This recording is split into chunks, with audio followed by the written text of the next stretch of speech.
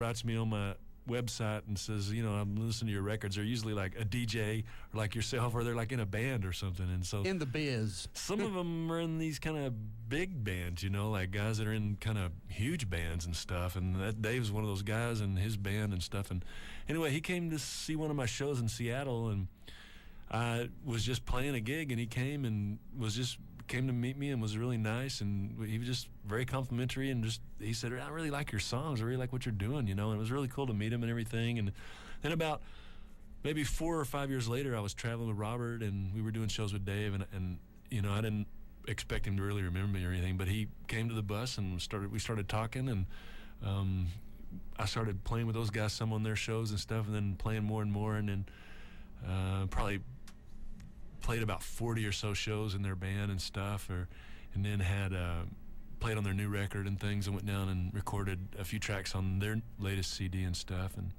And in the process of all this, at that point I was kind of doing more sideman stuff. I was playing in other guys' bands and just being a sideman, kind of a journeyman guy, a utility guy. But for about 3 years I've been writing a bunch of new songs. I just really wanted to try to. That's the cool thing about music, you can keep getting better. I'm 48.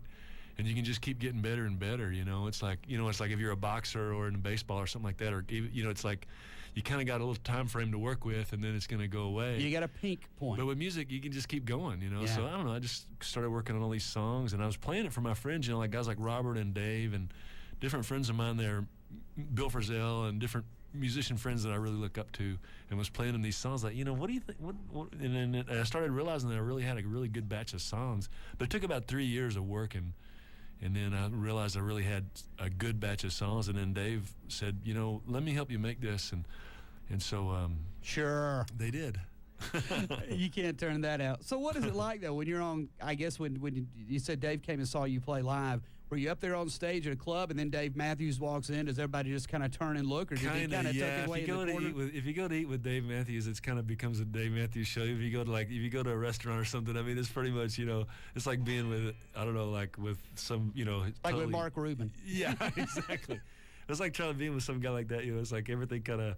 Like my friend Paul Leary, the guitar player for the Butthole Surfers, told me one time about getting Billy Gibbons' autograph in a restaurant in I think it was Lucy's, that Mexican restaurant that food from Tres Hombres came from. Yeah, oh yeah. In the middle of the album, he was getting Billy Gibbons' autograph. While he was getting Billy Gibbons' autograph, the busboy was getting Paul's autograph all at the same time, because he was in the Butthole Surfers. Oh, yeah. So it's kind of a funny thing. But anyway, Dave is pretty huge guy, so it's pretty funny to walk around the street with him, because people like break their necks looking and snapping, is that him, and all this stuff, and cars are stopping and all. It's pretty funny. But very cool. Well, it's cool to see that relationship flourish to the point to where he worked with you to put the record out, Pizza Box, on ATO Records, which he now owns, I guess, he and those in his camp. And also he's on 3 songs on Pizza Box singing with you as well, so that's kind of fun. And he's just a real encouraging guy. He just kind of was, hey man, I really think these songs are, he just leave these messages on my machine, hey man, I really thinking you got some songs there that are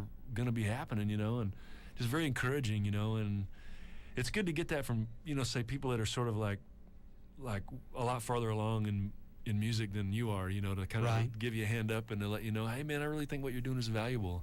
And it's very encouraging, and it's because it can be a hard job, and stuff. And I spend, a third of my life in hotels, and I travel a lot. I've been doing that since the late 80s, and I've been out here a long time. And it's really nice when people let you know that they think you're doing something worthwhile. Validation and acknowledgement, a good thing, especially when it comes from somebody like Dave Matthews. Yeah, that's pretty cool. I'm sure there are people constantly asking him, Dave, what do you think of my band? Dave, what do you think, But for him to volunteer that, he's pretty much besieged with that stuff. I mean, all those guys are. I mean, you just even like guys of like Robert Keene's level and Tim O'Brien's level and different guys I know and stuff and work with and stuff like that. You're pretty much everyone is besieged with what do you think of my, and